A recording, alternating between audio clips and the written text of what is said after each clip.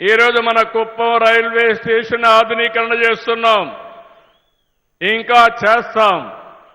అటు మెడ్రాస్ నుంచి బెంగళూరుకు పోయి ట్రైన్స్ ఏమున్నా మన కుప్పంలో ఆగగలిగితే ఈజీగా అటు మెడ్రాస్కు పోవచ్చు, ఇటు బెంగళూరుకు పోవచ్చు. ఇప్పుడు బెంగళూరు నుంచి ఎక్స్ప్రెస్ వే వచ్చింది, ఆ రోడ్లోనే నేను వచ్చాను. ఆ రోడ్ని కేజీఎఫ్ దగ్గర ఒక చిన్న బైపాస్ తీసుకుని పొగిడిపల్లి ఏదైతే ఉందో గుడిపల్లి దగ్గరికి తీసుకురాగలిగితే అక్కడ బ్రహ్మాండమైన ఇండస్ట్రీస్ వచ్చే అవకాశం వస్తుంది. అదే సమయంలో వీకోట నుంచి అంటే మొత్తం పలమనేరు నుంచి కృష్ణగిరి రోడ్డు 2 లేన్ ఉంది. దీని 4 వరుసలుగా 4 లేన్ రోడ్డు వస్తుంది. ఇంకో పక్క కుప్పం నుంచి హోసూరికి ప్యారలల్ రోడ్ ఇంకొక రోడ్డు వస్తుంది.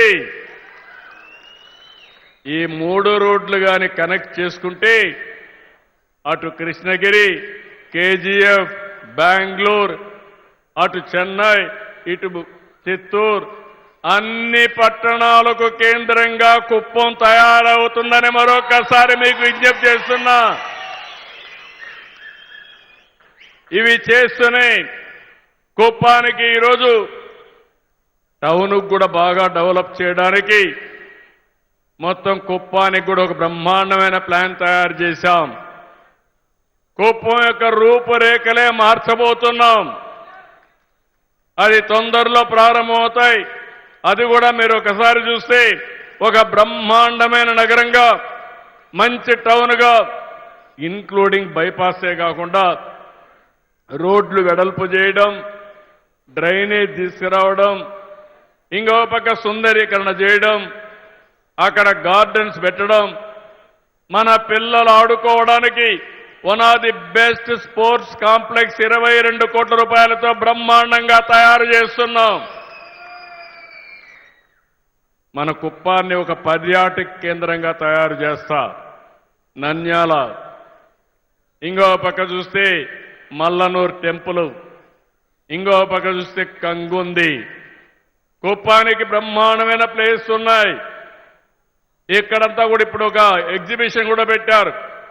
కుప్పంలో ఏ ఉత్పత్తులు వస్తున్నాయి, కుప్పం బ్రాండ్స్ కూడా ప్రమోట్ చేస్తున్నాం. ఇంతవరకు ఎప్పుడూ లేదు. కుప్పానికి ఒక బ్రాండ్, మనం ఉత్పత్తి చేసే ఉత్పత్తులకు కూడా బ్రాండ్లు ప్రమోట్ చేస్తున్నాం అని చెప్పి నేను మీకు తెలియజేస్తున్నా.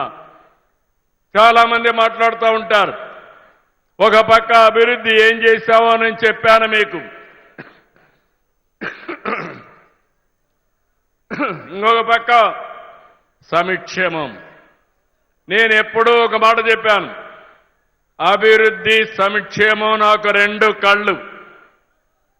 నా పేదవాళ్ళని పేదరికం నుంచి పైకి తేవడం, నేను సంపాదించేది, నేను కష్టపడేది డబ్బులుండే వాళ్ళ కోసరం కాదు, ఈ పేదవాళ్ళకని చెప్పి నేను మీ అందరికీ తెలియజేస్తున్నా.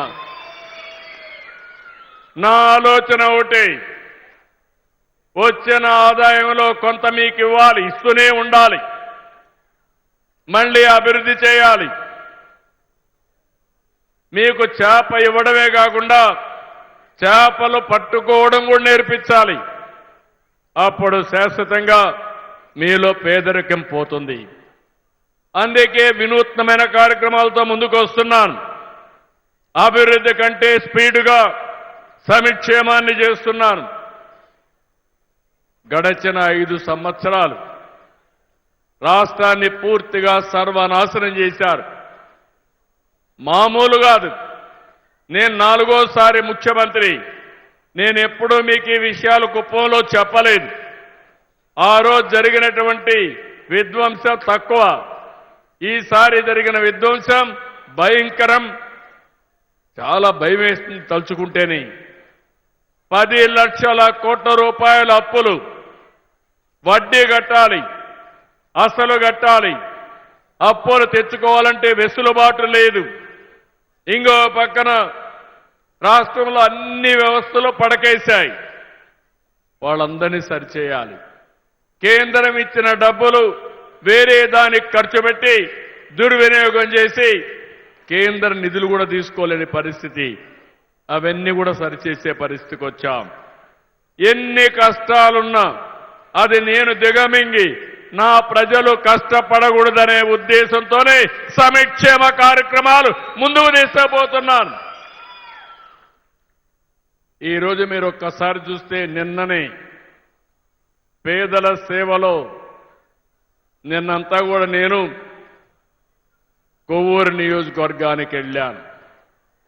ఒక మాదిగ చర్మకారుడు, చెప్పులు కుట్టే వ్యక్తి వాళ్ళ ఇంటికెళ్ళి డప్పు కళాకారులకు ఇచ్చే 4,000 రూపాయలు ఆయనకిచ్చి నేనే స్వయంగా డిస్ట్రిబ్యూట్ చేసి వచ్చాను.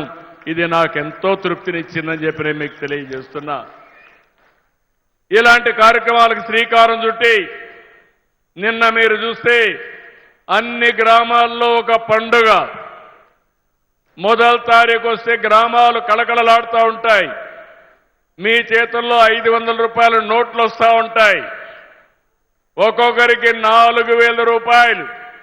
భారతదేశంలోని సవాలు విసురుతున్నా ఎవరైనా సరే 4,000 రూపాయలు పింఛన్ ఇస్తున్నారా అని అడుగుతున్నా మిమ్మల్ని. కొంతమంది తమిళనాడు పక్కనున్నారు, కొంతమంది కర్ణాటక పక్కనున్నారు. ఏం తమ్ముళ్ళు ఇస్తున్నారా? ఏమమ్మా ఇస్తున్నారా అని అడుగుతున్నా. 4,000 కాదు, దివ్యాంగులకు 6,000. నేనే మీరు చూస్తే 500 పింఛన్ దివ్యాంగులకి 3,000 చేశా, మళ్ళీ 6,000 చేశా. అంటే 12 రెట్లు దివ్యాంగులకు పింఛన్లు పెంచిన పార్టీ